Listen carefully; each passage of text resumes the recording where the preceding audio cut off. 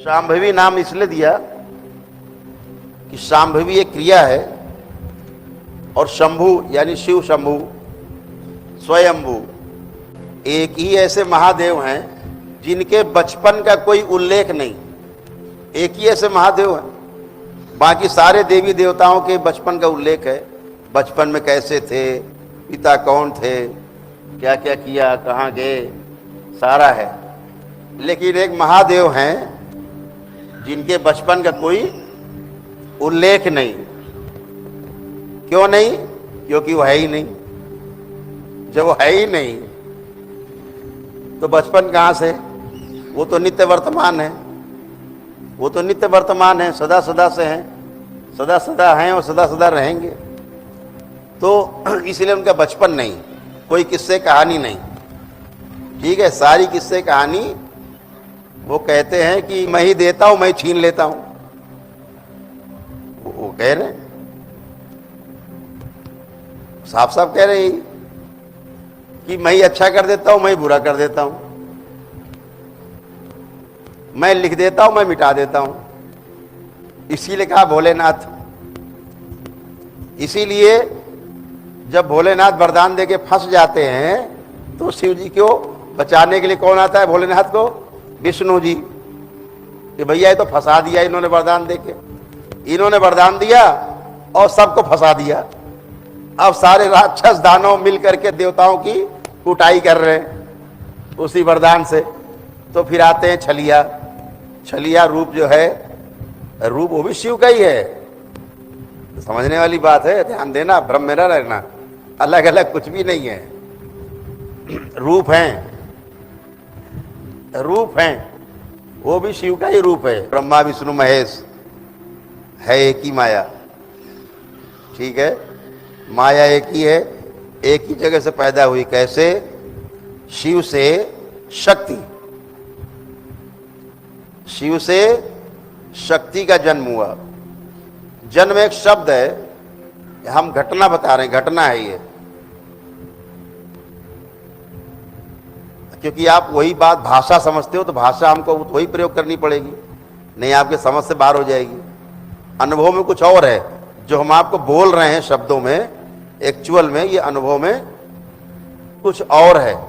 जैसे हम आपसे कहते हैं पृथ्वी तत्व, तो हम इस पृथ्वी की बात नहीं कर रहे हैं।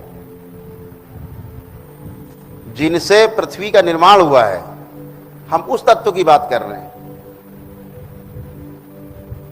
जब हम कहते हैं अग्नि तत्व, तो हम इस अग्नि की बात नहीं करेंगे, माचिस जलाई और अग्नि। हम उस अग्नि की बात कर रहे हैं जिससे उन तत्वों से अग्नि का निर्माण हुआ। समझ रहे हैं? इस बात को समझना है। सबका आधार क्या है? शिव यानी आकाश।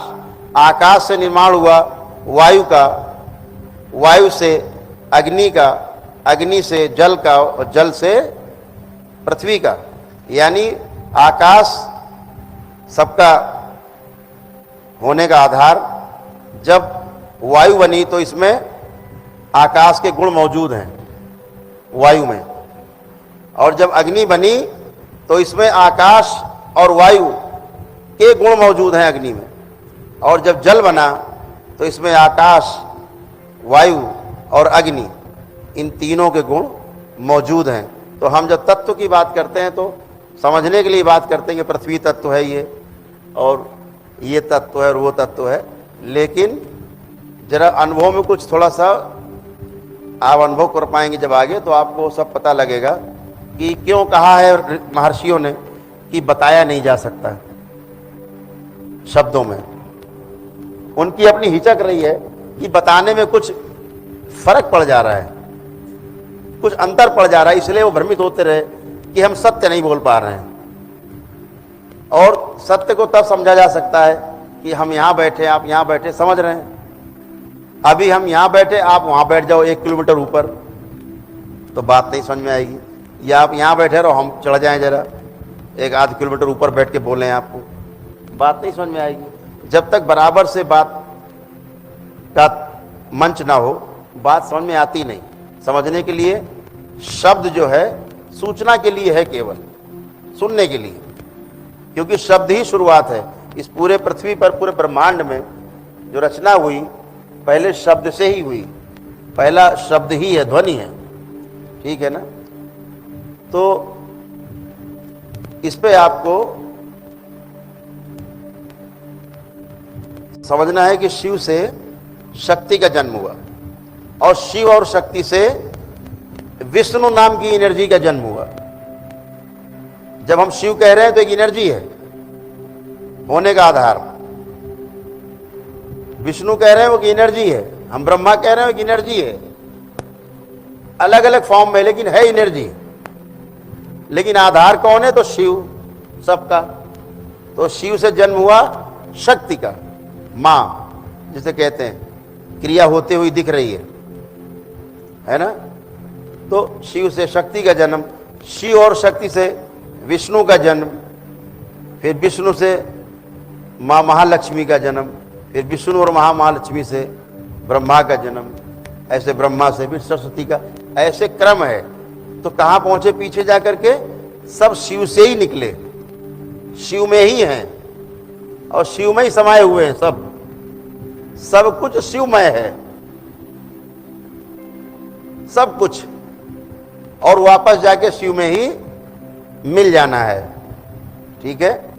तो इसलिए अलग अलग कुछ भी नहीं है। कभी मत देखो कि वो देवी देवता अलग है, वो अलग है, ये काम के लिए अलग है। जैसे एक फैक्ट्री है, कोई चपरासी है, कोई लेबर है, कोई गेटमैन है, कोई सुपरवाइजर है, कोई फोरमैन है, कोई मैनेजर है, कोई मालिक है, कुल मिला के एक फैक्ट्री है,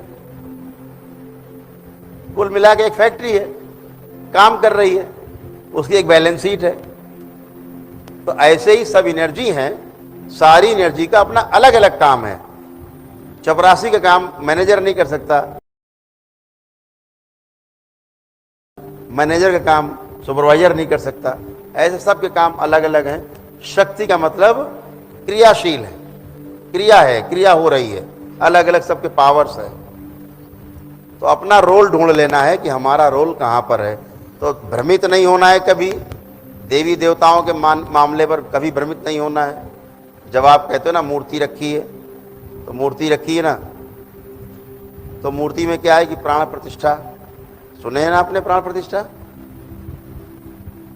ऐसे ही प्राण प्रतिष्ठा आप में भी हो रही है। और जो ये शांभवी मुद्रा है जो हम आपको बताने जा रहे हैं, इसको जब बार बार आप दोहराएंगे तो आप में भी प्राणों की प्रतिष्ठा होगी, उसका प्रतिष्ठापन होगा, जैसे मूर्ति में होता है। मूर्ति में प्राण प्रतिष्ठा करना थोड़ा कठिन काम है, लेकिन आप में एक जीवित व्यक्ति में प्राण प्रतिष्ठा होना बहुत सरल काम है, और वो शांभवी मुद्रा से होता है। तो शांभवी कहा तो शंभु का स्त्रीलिंग आप मान लीजिए, शक्ति मान लीजिए, तो शांभवी कहा उसको, शंभु मुद्रा नहीं कहा, शांभवी मुद्रा कहा, क्योंकि वो क्रिया है इसलिए शांभवी कहा, शंभु नहीं कहा, क्योंकि शंभु क्रिया नहीं करते, वो अक्रियाशील है।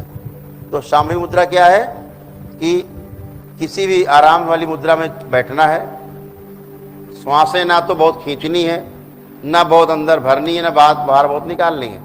सामान्य रूप से केवल रीढ़ की हड्डी आपकी सीधी रहे,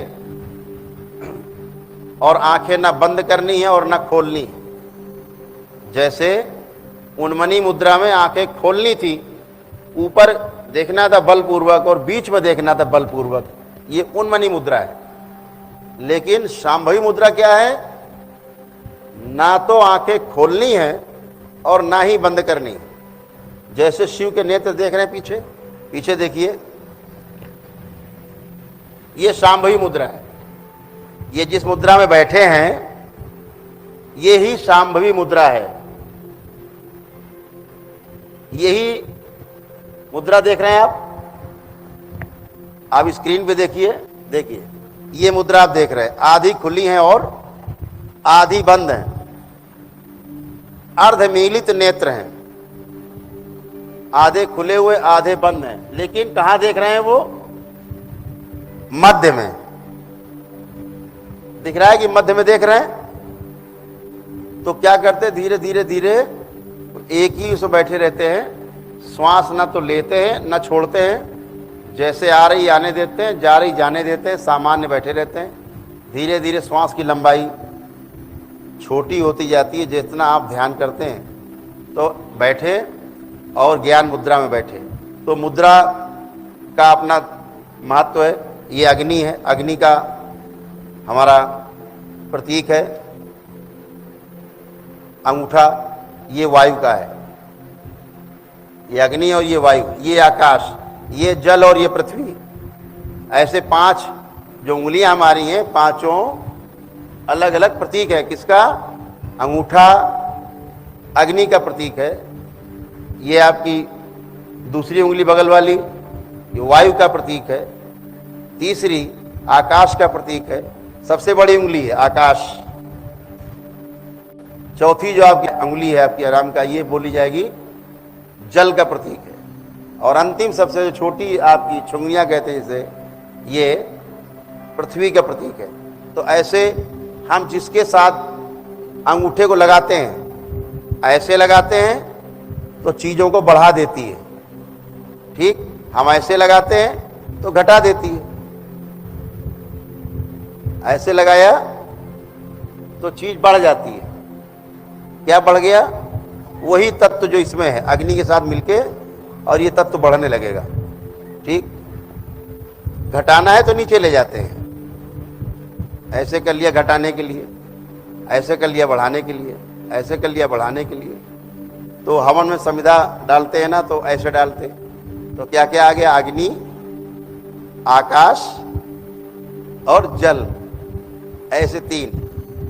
उन सबका यही है, साइंस है, ये क्लियर कट साइंस है जो समझना है आपको। तो उस मुद्रा में बैठ करके, और जो शिव के जो नेत्र अभी आपने देखे, आंखें बंद करनी है और इन वाले नेत्रों पे आपको आना है। कैसे आप आएंगे? जब आप आधी आंख खोल के और आधी बंद करे रहेंगे, और धीरे धीरे धीरे धीरे आप बीच में जाने लगेंगे, यहाँ बीच सेंटर में एकदम, और यहाँ जा करके और ऐसे स्थिर हो जाएंगे।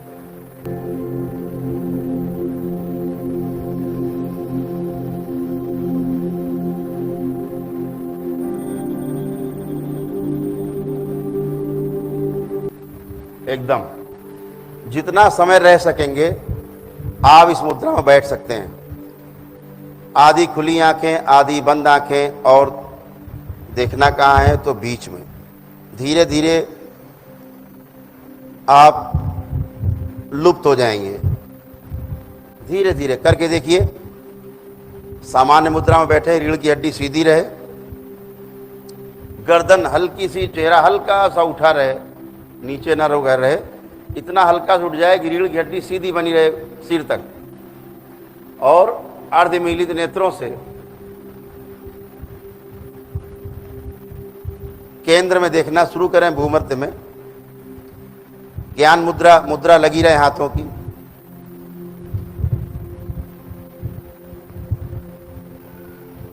पूरा ध्यान मत्थे के बीचों बीच, दोनों भवों के बीच में आपकी देखने की भाव भंगिमा उधरी हो, ऊपर हो, आधे नेत्र खुले आधे बंद हुए, और वही बीच में देखने की कोशिश करनी है। धीरे धीरे अभ्यास करते करते आप यहाँ पे टिक जाएंगे, और आप यहाँ पर बने रहेंगे, और आपकी ऊर्जा का जो बहाव है वो आपको स्वयंभू बना सकता है। त्रिनेत्र पर आपके जा करके ऊर्जा को एक नया आयाम दे सकता है, जो आपकी त्रिनेत्र से बहने वाली ऊर्जा है उससे आपका एकाकार करा सकता है, और आपको कुछ अतीन्द्रिय अलौकिक अनुभव हो सकते हैं। चेतना के आगे जा सकते हैं, पराचेतना में आप